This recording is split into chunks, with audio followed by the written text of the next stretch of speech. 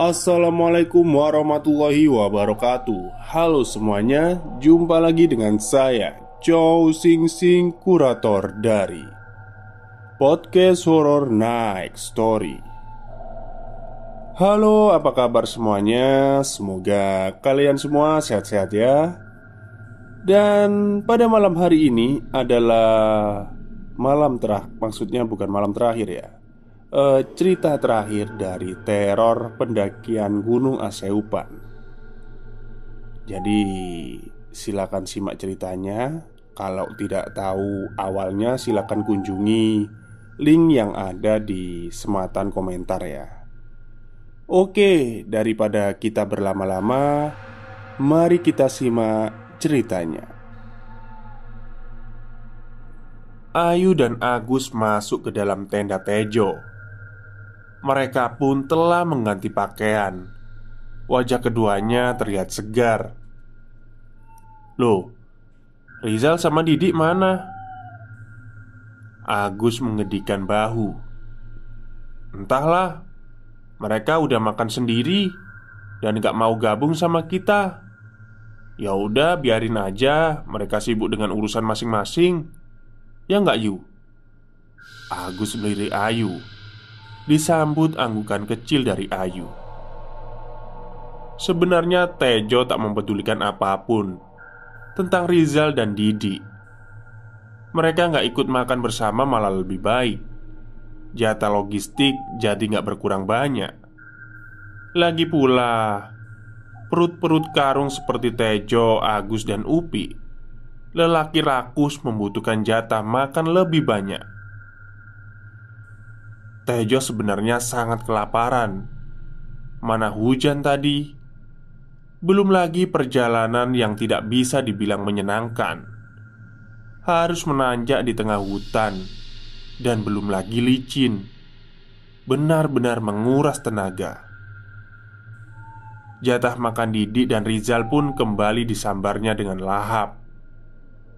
Selesai melahap jatah kedua orang menyebalkan itu, dia mengeluarkan sebungkus rokok dari tas ransel miliknya, menyalakan dan menghisapnya. Benar-benar tenang pikirannya saat itu. Tiba-tiba dia teringat sosok buruk rupa berambut panjang saat melewati bebatuan besar, dan spontan membuka omongan.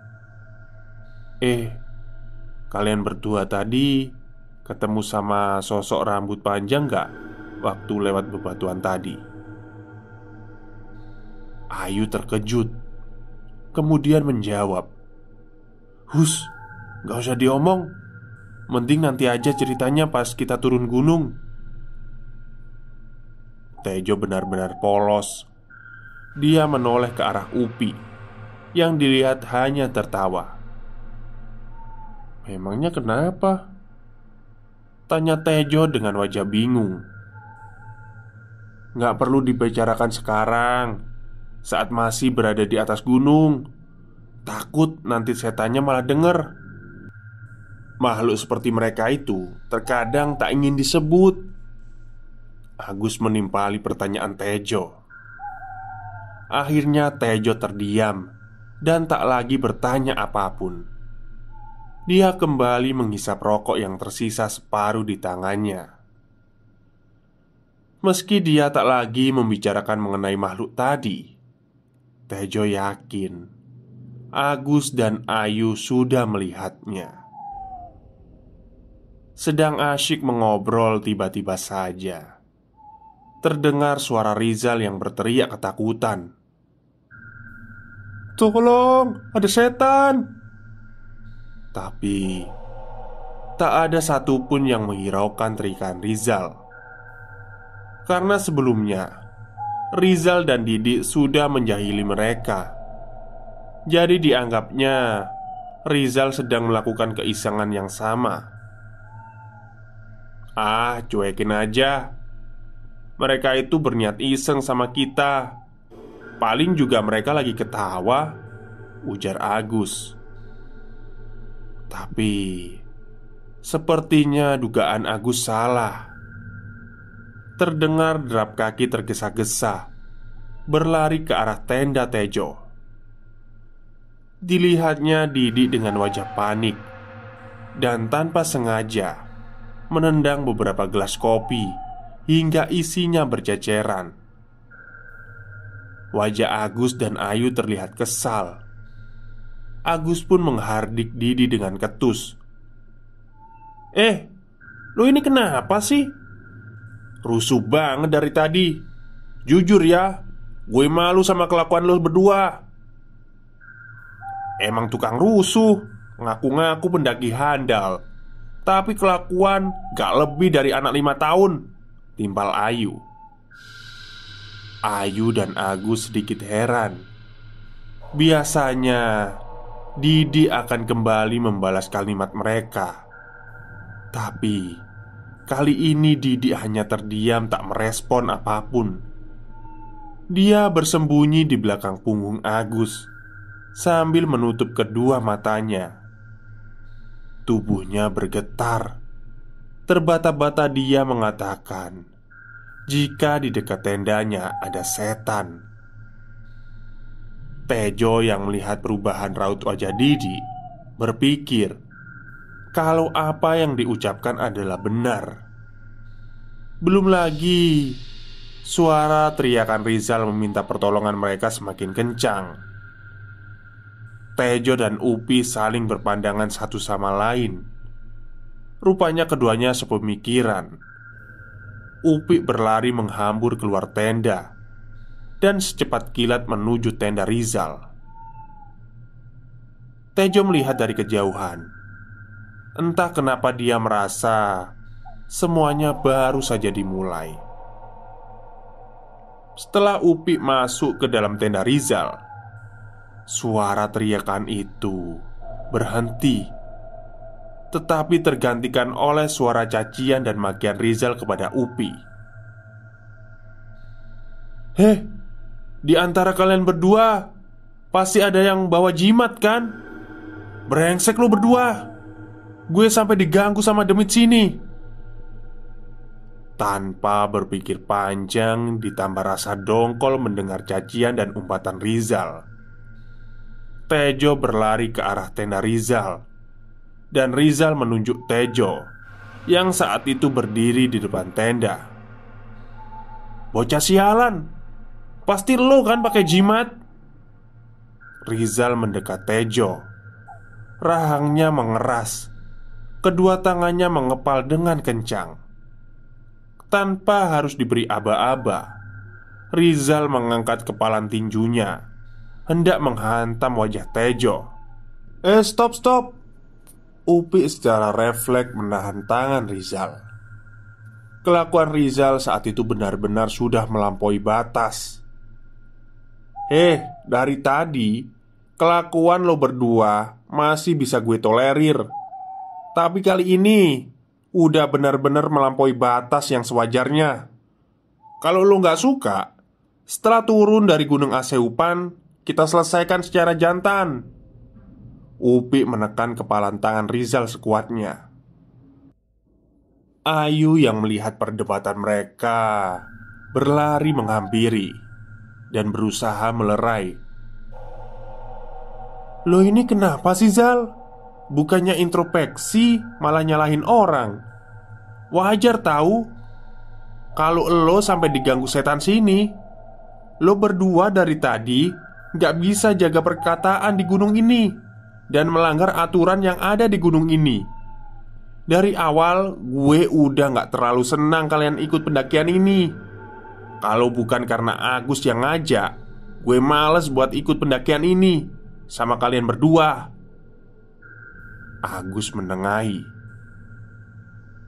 Lo itu cewek, udah diam aja dulu. Kali ini urusan gue sama mereka berdua. Lo gak perlu ikut campur dulu ya. Sepertinya kondisi mulai memanas. Tejo bisa melihat wajah Upi yang memerah menahan amarah. Satu tangannya pun sudah mengepal, siap melayangkan bogem mentah kapanpun ke wajah Rizal. Dan Tejo sadar jika dibiarkan, maka hanya akan berujung perkelahian yang sia-sia. Tejo menarik satu tangan Upi. Ditariknya paksa dengan agak kasar untuk segera meninggalkan tenda Rizal. "Kayaknya bawa aja Didik balik ke tenda. Lu temenin mereka, Gus. Kondisi Didik agak aneh." Meski ogah-ogahan untuk satu tenda dengan Didik dan Rizal, tetapi Agus menuruti perkataan Tejo. Walau wajahnya masih saja merengut, manyun menahan kesal pada Rizal. Tejo dan Upi melakukan sholat Isya untuk menenangkan amarahnya. Ketika selesai menunaikan ibadah, hati Upi sedikit merasa tenang. Ayu yang dari tadi merasa tidak enak hati meminta maaf atas kelakuan kedua kawannya dan meminta agar tak perlu lagi memperpanjang masalah selepas turun dari gunung. Tejo dan Upi mengiyakan, melihat wajah Ayu yang ketakutan dan cemas jika nanti masalah diperpanjang. Itu membuat Tejo dan Upi merasa tak tega. Tanpa terasa, waktu sudah menunjukkan pukul 11 malam. Tejo, Upi, dan Ayu memutuskan untuk tidur di dalam satu tenda. Kapasitas tenda cukup untuk 4 orang, dan tanpa harus berdesakan, mereka bisa tidur dengan tenang. Jadi, tak jadi masalah bagi mereka. Posisi tidur Tejo berada tak jauh dari pintu tenda. Upi terapit antara Ayu dan Tejo. Sepertinya malam itu Ayu dan Upi benar-benar kelelahan. Keduanya langsung memejamkan mata dan tertidur pulas. Tejo sendiri masih sulit untuk memejamkan kedua matanya. Dirasakan bulu kuduknya meremang. Di tengah pejaman mata yang tak lelap, samar terdengar derap langkah kaki berjalan. Apa mungkin salah satu di antara penghuni tenda satunya sedang keluar mencari udara segar? Tejo menajamkan pendengaran. Langkah kaki itu tiba-tiba berhenti. Tak lama setelahnya, suara tangisan lirih yang menyayat hati diperdengarkan dari sosok tersebut. Suaranya terngiang-ngiang di telinga Tejo, seperti rekaman kaset yang diputar berulang-ulang. "Bangke, gue yakin yang nangis malam-malam pasti setan sini," batin Tejo. Tejo mengubah posisi.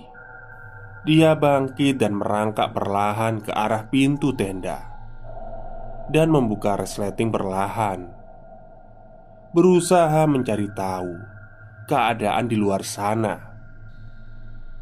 Tejo keluar perlahan dari dalam tenda, dan firasatnya benar. Sosok yang tak diinginkan, berambut panjang dan membelakangi Tejo, kini sedang berdiri tepat di depan tenda Rizal. Suara tangisannya masih saja terdengar. Sosok itu sepertinya sengaja menakuti Rizal dan Didi. Tejo hanya memantau dari kejauhan, tak berani mendekat. "Ayo Mbak Kun, takut-takutin aja mereka berdua. Kalau perlu sekalian kasih pelajaran biar kapok," batin Tejo sembari tersenyum sendiri. Sedang enak-enaknya memperhatikan kegiatan kuntilanak. Tiba-tiba saja kuntilanak itu berbalik perlahan dan melihat ke arah tenda Tejo. Sepertinya kuntilanak itu menyadari kalau ada seseorang yang sedang mengawasi gerak-geriknya. "Astagfirullah, kok malah berbalik liatin gue sih?" Secepat kilat Tejo kembali ke dalam tenda dan menutupnya, menyisakan sedikit celah untuk bisa mengintip keluar. Apa mungkin ya kuntilanak bisa merasa risih diperhatikan Tejo terus-menerus? Karena tanpa pemberitahuan apapun, sosok itu melayang dan terbang ke atas sampai akhirnya menghilang entah kemana. Tejo menghela nafas, padahal dia masih ingin melihat apa yang akan dilakukan sosok itu selanjutnya. Tapi sosok itu terlalu cepat pergi begitu saja. Karena sosok itu sudah pergi, Tejo kembali menutup rapat pintu tenda dan merebahkan badannya. Ada yang janggal ketika Tejo hendak berbaring. Tanpa disengaja, dia melihat ke arah ujung kaki Ayu. Dan sosok kuntilanak itu sudah berada di dekat kaki Ayu sambil berjongkok dan menatap tajam ke arah Tejo. "Astagfirullah!" teriak Tejo cukup kencang hingga membangunkan Upi yang tertidur di sebelahnya. "Makanya baca doa dulu sebelum tidur. Udah biarin aja tuh kuntilanak di sana. Nanti juga dia pergi," ujar Upi ngawur. Tejo memalingkan wajah, berusaha tak melihat ke arah sosok kuntilanak itu, dan segera mengambil posisi tidur yang menurutnya nyaman. Tak lama setelahnya, Tejo pun tertidur pulas. Sekitar pukul 5 pagi, Upi membangunkan Tejo. Digoyangkannya kaki Tejo perlahan sampai Tejo terbangun. Upi ingin mengajak Tejo untuk samit. Ada perasaan enggan di dalam hati Tejo, tapi dia tidak bisa menolak. Mereka menyempatkan diri untuk menunaikan sholat subuh sebelum berangkat samit. Kemudian sarapan ala kadarnya. Agus, Ayu, Upi, dan Tejo. Hanya mereka berempat yang jalan untuk samit. Sedangkan Didi dan Rizal memilih untuk diam saja di tenda. Betapa bahagia hati Tejo saat mendengar kedua orang itu tak mau ikut ke puncak. Tak henti-hentinya si Tejo mengucapkan syukur seperti baru saja mendapatkan lotre. Cuaca pagi itu cukup cerah. Sisa-sisa hujan semalam memang masih ada. Embun yang bertengger di atas dedaunan dan rerumputan. Bau tanah basah menyeruak menusuk hidung, mewarnai perjalanan keempatnya. Tejo bersyukur karena bisa melihat sunrise ketika berada di atas puncak. "Gus," panggil Tejo pelan, seolah tak ingin ada yang mendengar. "Semalam lu merasa ada yang aneh nggak?" Agus menoleh. "Bukan aneh lagi sih. Semalaman gue digangguin sama penghuni gurung. Gue juga belum tidur dari semalam sampai sekarang." "Oh, gue kira gue doang yang diganggu sama kuntilanak. Lo kenapa gak pindah aja ke tenda gue daripada lo diganggu terus-terusan?" "Ya tadinya gue mau pindah, tapi pas gue udah siap buka tenda, ternyata di depan tenda gue ada kuntilanak lagi nongkrong." Tejo tertawa terbahak-bahak mendengar kata-kata Agus. "Ah, pantesan. Jadi itu kuntilanak semalaman di depan tenda lo, jagain lo supaya lo gak berani keluar." "Shh, udah jangan dibahas gituan lagi. Setelah selesai muncak, ada baiknya kita langsung turun gunung. Gue kayak ada firasat gak enak kalau kita semakin lama berada di gunung." Perjalanan menuju puncak benar-benar melelahkan. Meski jaraknya tak terlalu jauh, tapi jalannya yang semakin ke atas semakin menanjak, membuat Tejo dan yang lainnya merasakan lelah. Di tengah perjalanan, Upi memberitahu Tejo tentang tumbuhan kantong semar. Umumnya kantong semar ini merupakan tumbuhan pemakan serangga maupun hewan-hewan kecil lainnya. Begitu sampai di puncak, Tejo benar-benar dibuat terkagum-kagum dengan keindahan alam yang asri dan mempesona yang hanya bisa dilihat dengan jelas melalui puncak. Mereka sendiri berada di atas puncak tak terlalu lama, kurang lebih 1 jam, sebelum akhirnya mereka memutuskan untuk segera kembali ke tenda. Perjalanan turun lebih sulit ketimbang saat menanjak. Jalur yang dilalui sangat licin dan curam. Salah langkah sedikit bisa berakibat fatal. Jadi mereka harus ekstra hati-hati. Di tengah perjalanan turun menuju tenda, mereka berpas-pasan tanpa sengaja dengan Didik dan Rizal. Keduanya mendadak gugup ketika melihat mereka berempat, seperti orang yang salah tingkah. Mereka yang awalnya sangat sombong dan omong besar, tiba-tiba saja menjadi baik dan begitu ramah. Tejo merasa ada yang disembunyikan oleh keduanya. "Loh, kalian berdua mau muncak?" tanya Agus heran. "Iya, nggak tahu mau ngapain. Jadi sepakat menyusul kalian berempat," jawab Rizal terbata-bata. Tejo merasakan betul ada yang tidak beres. Ya udah kalau mau muncak, tapi tolong jangan lama-lama ya, biar kita bisa cepat turun. Takutnya malah hujan turun lagi," ujar Ayu dengan wajah yang lelah. Didik menggeleng. Nggak usah. Tadi kami kira kalian masih lama di puncak. Ya udah kalau memang mau turun sekarang." Agak aneh, mereka yang tadinya memilih jalan di barisan terdepan tiba-tiba memilih di garis paling belakang. Tejo sendiri tak terlalu memikirkan sikap aneh yang ditunjukkan Didik dan Rizal. Mereka berpikir kalau keduanya mungkin sudah jerah dengan kesalahan dan ingin bersikap lebih baik. Agak lama mereka tiba di tenda karena situasi dan kondisi jalan yang dilalui agak berbeda dengan saat mereka menanjak. Setelah sampai di tenda, mereka langsung membereskan semua perlengkapan dan merapikan sampah-sampah yang ada ke kantong plastik besar. Mereka membawa sampah turun bersama mereka agar tak mengotori area tersebut. Belum lagi cuaca sudah kembali mendung.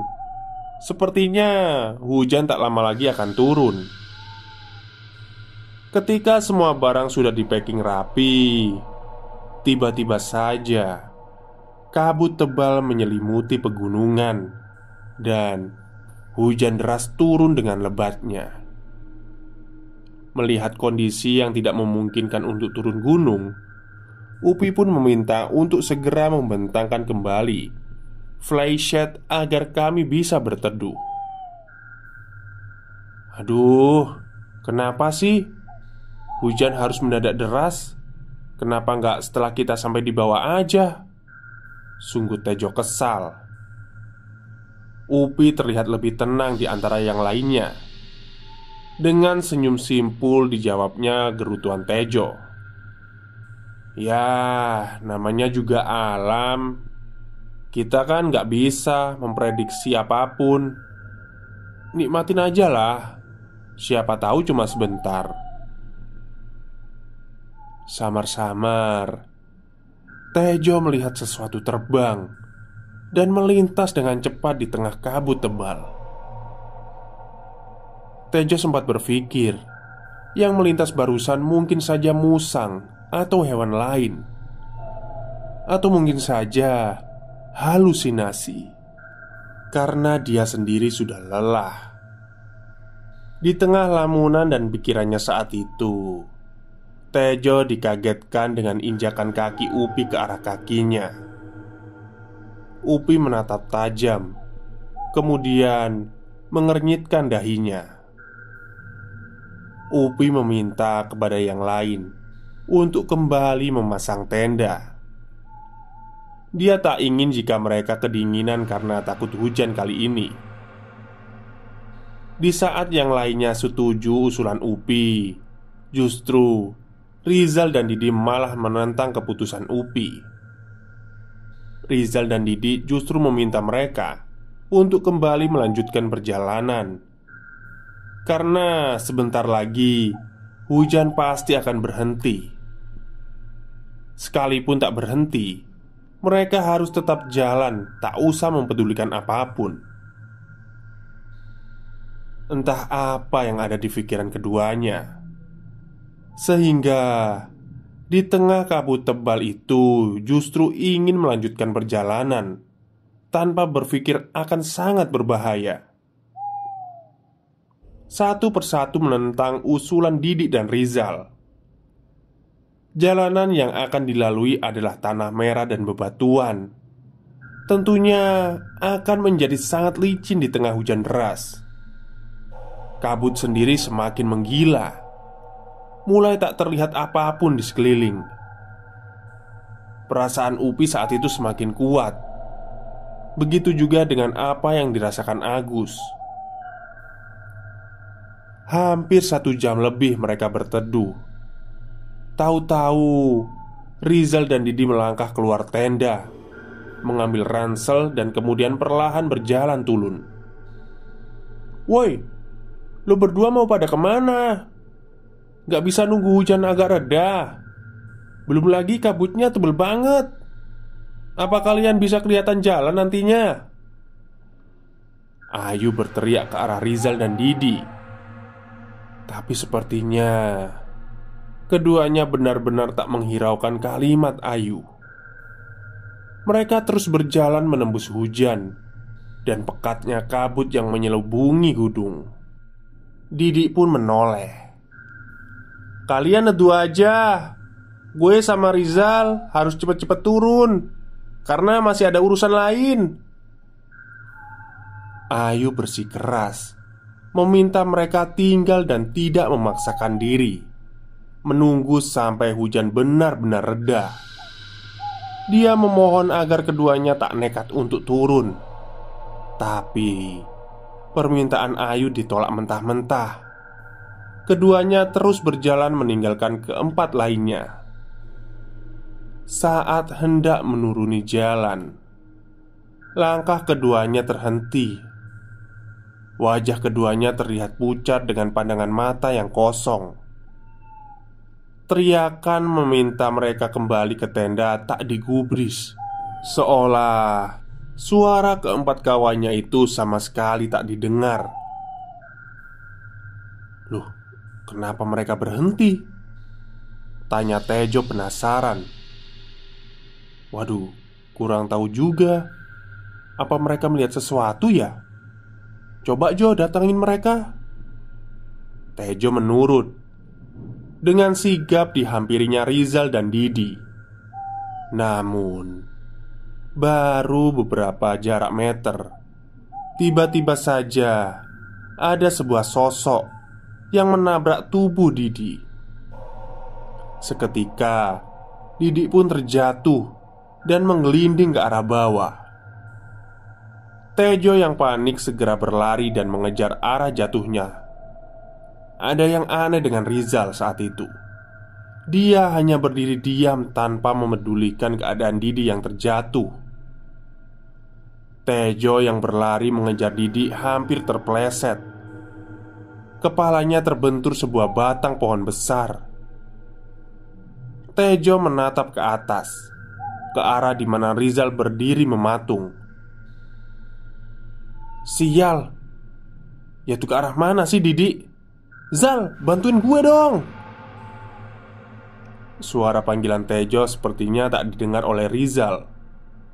Dia masih diam mematung. Pandangan kedua matanya kosong. Upi berlari mendekati ke arah Tejo dan Rizal ditepuknya pundak Rizal, yang kemudian langsung terjatuh tak sadarkan diri saat itu juga. Rizal hampir jatuh ke bawah. Dengan sigap, Upi menangkap tubuh Rizal, memapah dengan setengah menyeret kembali ke arah tempat berteduh. Upi meminta Agus dan Ayu mendirikan 2 buah tenda. Tejo ikut membantu keduanya.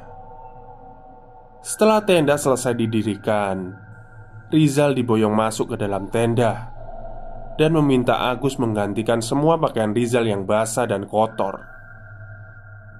"Upi, cepat masuk ke dalam tenda. Kaki Rizal memar parah."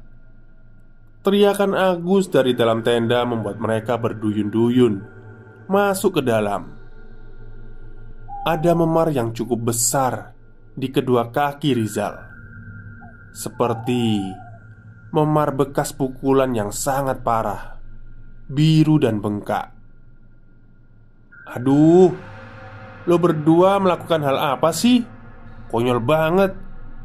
Kenapa pendakian sekarang malah jadi begini?" Ayu terlihat kesal. Raut wajahnya seolah menahan tangis dan amarah yang teramat sangat. Ingin rasanya dia buru-buru turun dari gunung dan kembali ke rumah. Tetapi hal itu tak mungkin dilakukannya saat itu. Keadaan benar-benar kacau saat itu. Tejo masih berusaha menenangkan Ayu agar dia tidak panik. Saat itu, Upi masuk ke dalam tenda. Seketika jerit kesakitan Rizal tak lagi terdengar. Dia meminta agar Ayu dan Tejo pun ikut masuk ke dalam tenda, mengingat cuaca di luar sedang tak bersahabat. Kali ini gue gak bisa menjelaskan apapun. Yang gue minta cuma jangan panik. Tolong kerjasamanya. Ayu, Agus, tolong jaga Rizal.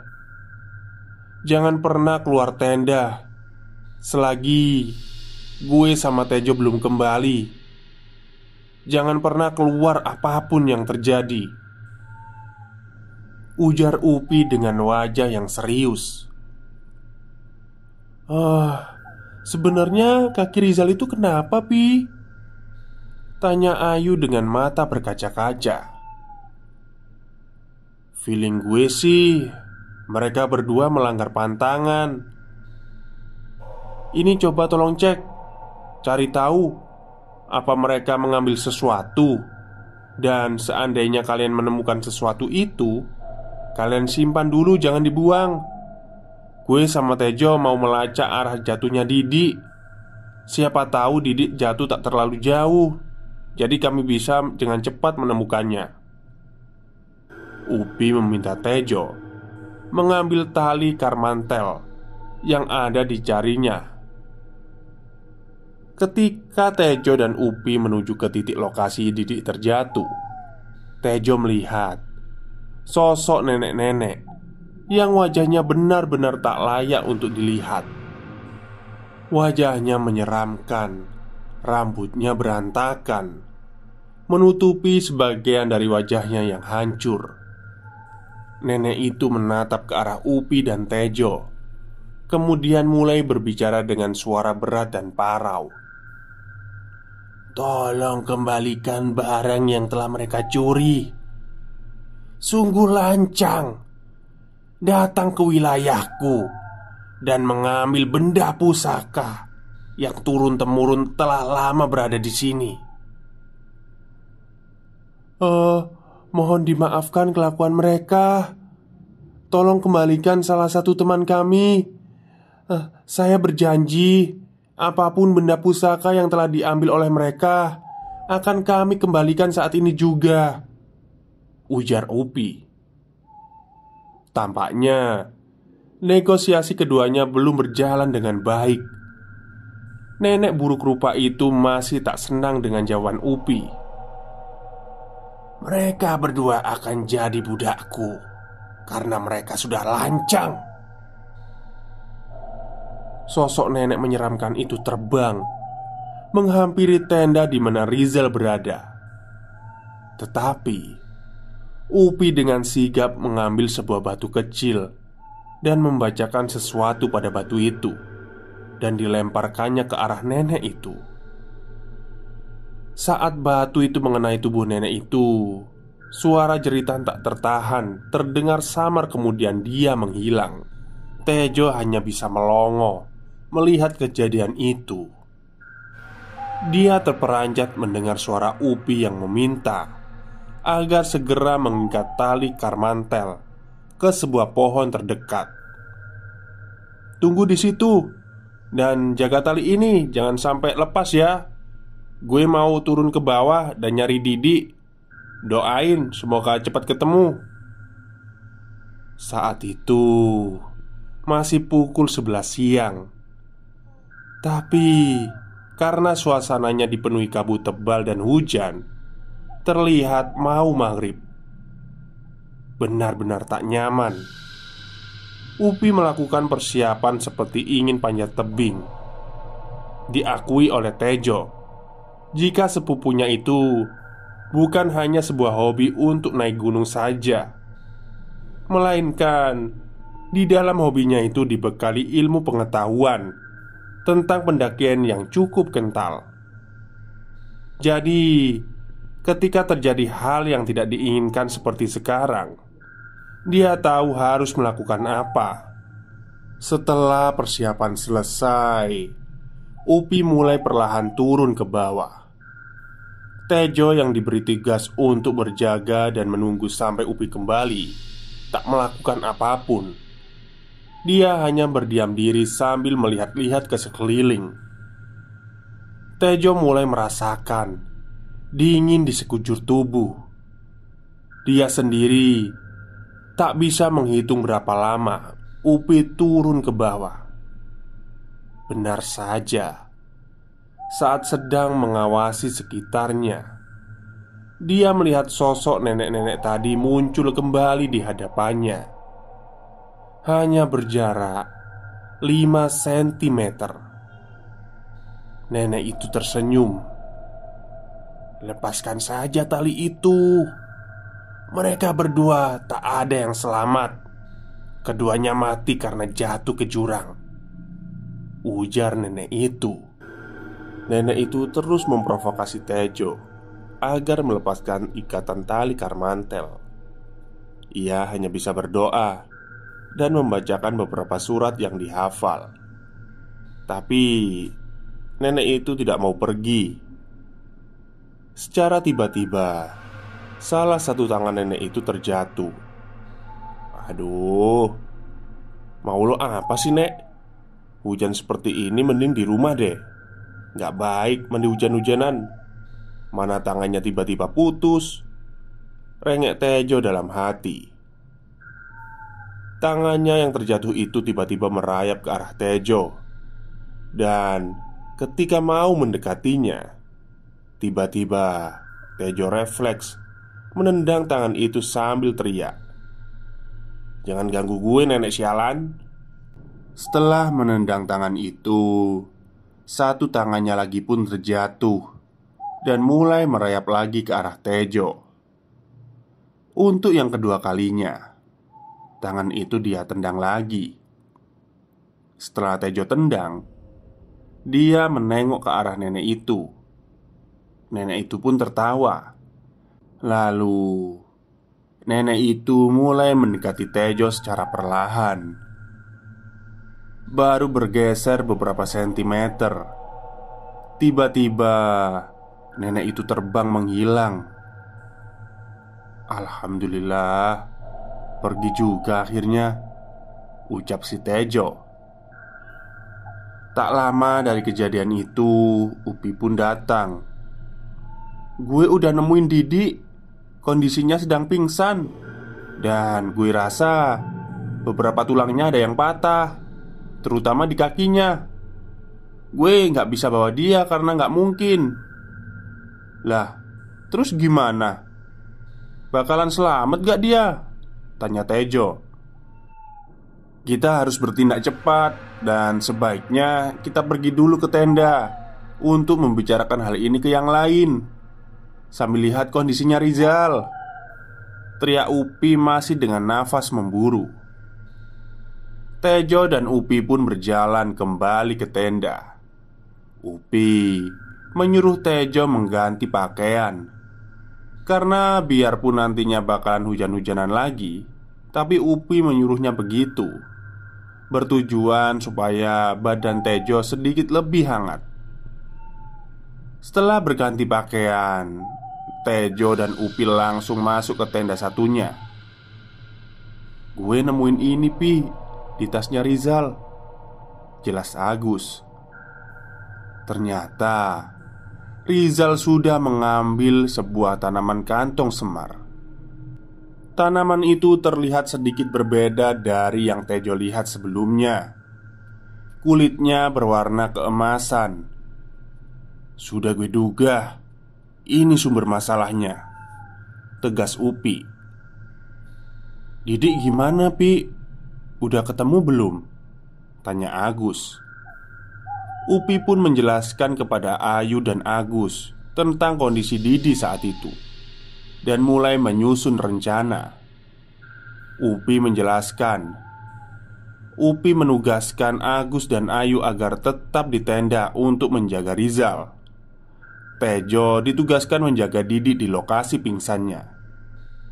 Upi memberitahu kalau di lokasi itu ada sebuah area yang sedikit miring, namun sepertinya cukup aman kalau mau mendirikan tenda. Sedangkan Upi sendiri akan turun ke bawah dan meminta bantuan ke warga untuk mengevakuasi mereka berdua. Upi juga berpesan kepada semuanya agar tidak keluar tenda kecuali dalam keadaan terdesak apapun yang terjadi. Kalaupun mendengar suara, jangan dihiraukan. Lo semua harus percaya sama gue. Gue bakalan secepatnya balik ke sini lagi. Selama nurutin ucapan gue, insya Allah semuanya akan baik-baik saja. Jadi kalian perbanyak doa saja. Terlihat dari raut wajah Ayu dan Agus seperti ketakutan. Entah kejadian apa yang mereka alami ketika Tejo dan Upi tidak berada di tenda. Tejo merasa sedikit iri sebenarnya, karena mereka berdua enak ada teman mengobrol. Sedangkan Tejo sendirian di bawah karena kan kondisi Didi sedang pingsan dan belum tentu dia bakal siuman dengan cepat. Setelah percakapan itu, Upi meminta Tejo mengumandangkan azan. Tanpa banyak tanya, dia pun langsung menuruti perintahnya. Setelah selesai azan, Tejo dan Upi keluar tenda. Saat dia keluar tenda, seketika hujan yang tadinya deras perlahan mulai menjadi sebuah gerimis, dan kabut pun perlahan mulai menghilang. Lo siapkan keperluan. Ketika dibawa nanti, gue mau pergi ke suatu tempat buat balikin kantung semar ini, perintah Upi. Tejo langsung mempersiapkan barang bawaan dan membawa beberapa logistik untuk keperluan nanti di bawah. Sedangkan Upi pergi mengembalikan kantung semar. Tejo tidak tahu Upi mengembalikannya kemana. Setelah selesai packing, Tejo menyempatkan untuk merokok terlebih dahulu sambil menunggu Upi kembali. Sebatang rokok belum habis dihisap, tiba-tiba Upi sudah kembali dan dia langsung prepare dengan barang bawaannya. Setelah selesai prepare, Upi sempatkan dulu menaburi garam di sekeliling tenda. Singkatnya, Tejo sampai di lokasi Didi. Dia langsung mendirikan tenda, dibantu Upi juga. Selesai tenda berdiri, Tejo langsung mengangkat Didi, membawa masuk ke dalam tenda. Dirasa sudah tidak memerlukan bantuan Upi langsung pergi dan pamitan ke Tejo.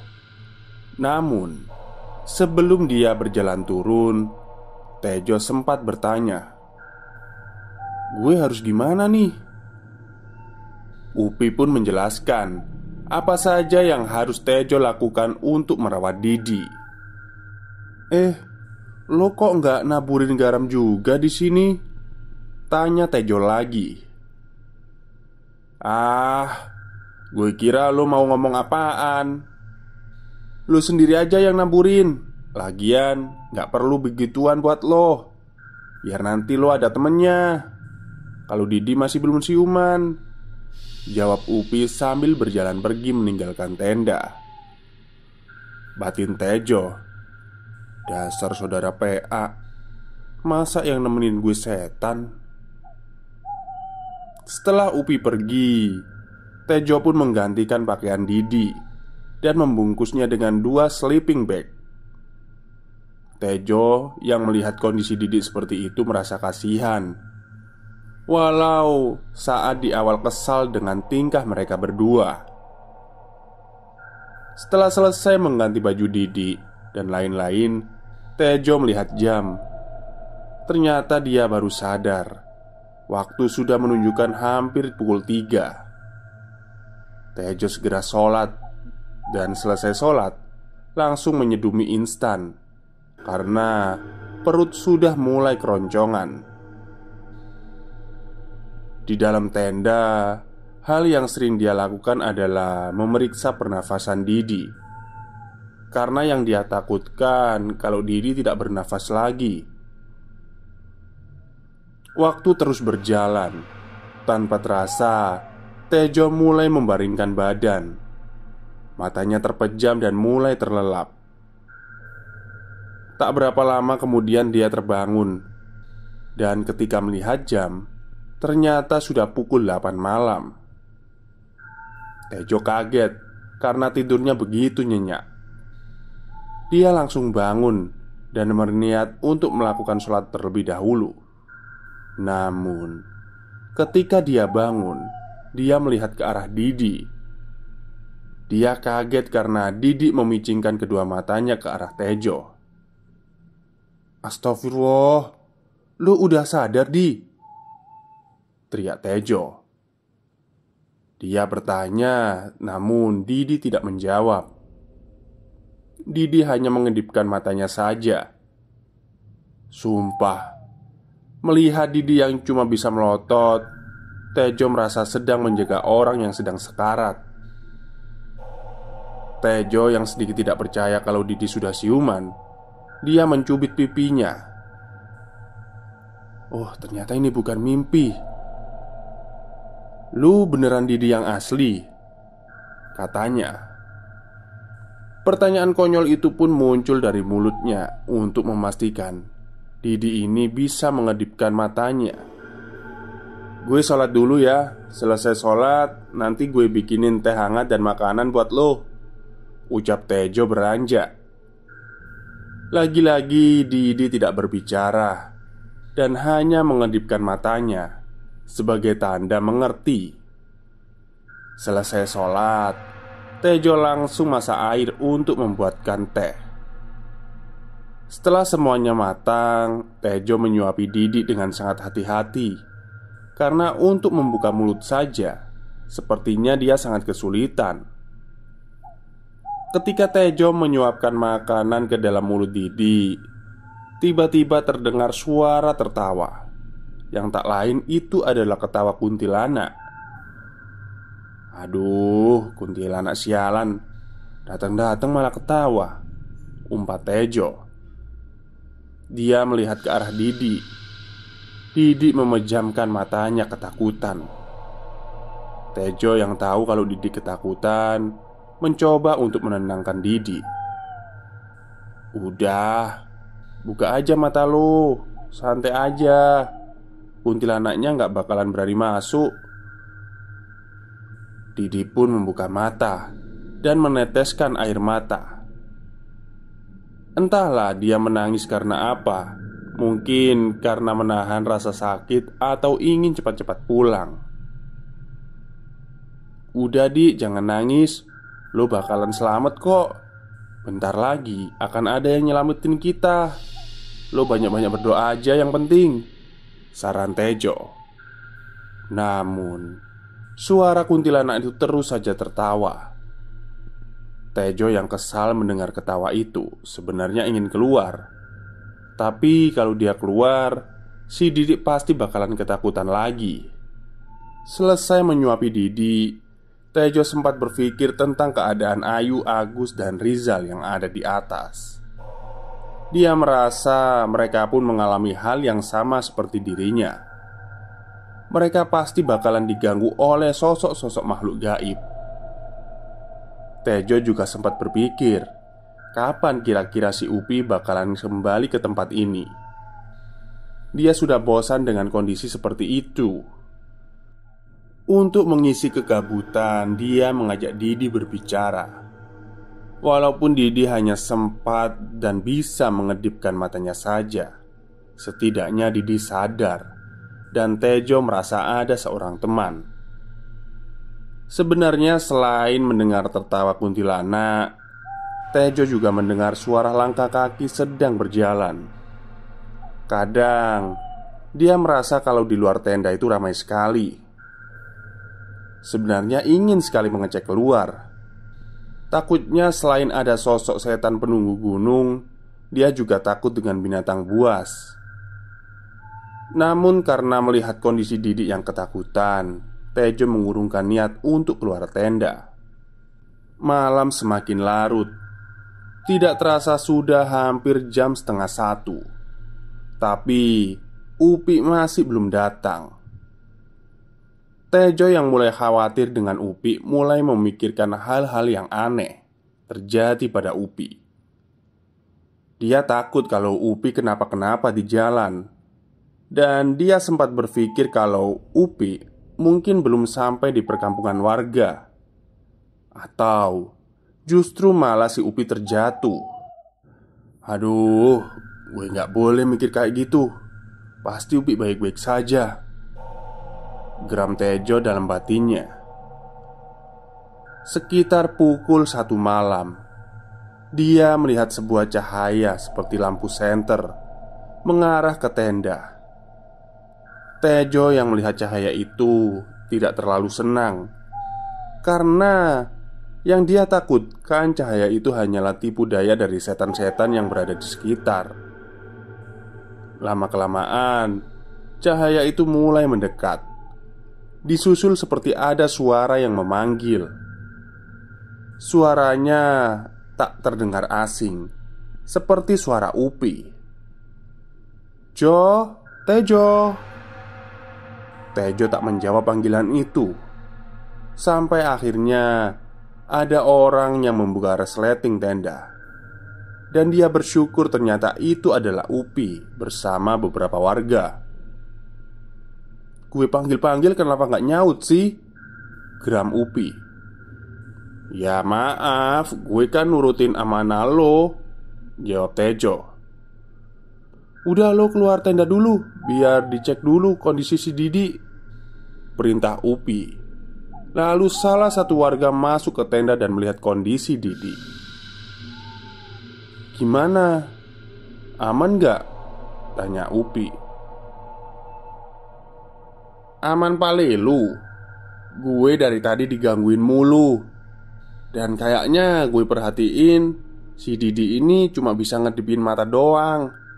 Badannya gak bisa digerakin," ujar Tejo. Lalu tiba-tiba terdengar suara teriakan dari dalam tenda. Ternyata itu adalah suara Didi. "Loh, kok Didi bisa teriak sih?" tanya Tejo bingung.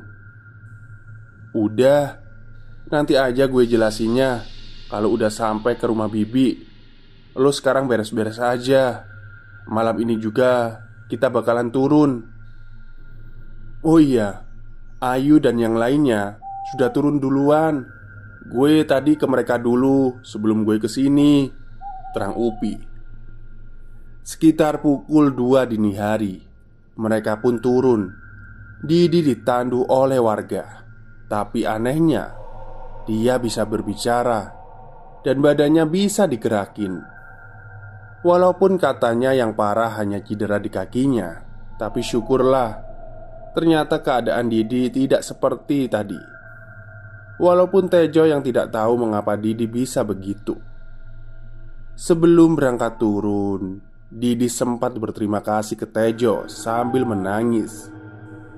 Sesampainya di pemukiman warga, mereka berdua langsung dibawa ke rumah sakit Tamang. Baik, itulah akhir cerita dari teror pendakian Gunung Aseupan. Jadi ya, kalau kita mendaki itu harus sopan dan jangan melanggar larangan yang ada di gunung itu. Ya, hal seperti ini sih sudah hal yang umum lah ya. Di gunung manapun itu seperti itu, dan di cerita manapun pasti seperti itu. Oke, baik, mungkin itu saja yang bisa saya sampaikan pada malam hari ini. Semoga kalian suka. Kurang lebihnya saya mohon maaf. Wassalamualaikum warahmatullahi wabarakatuh.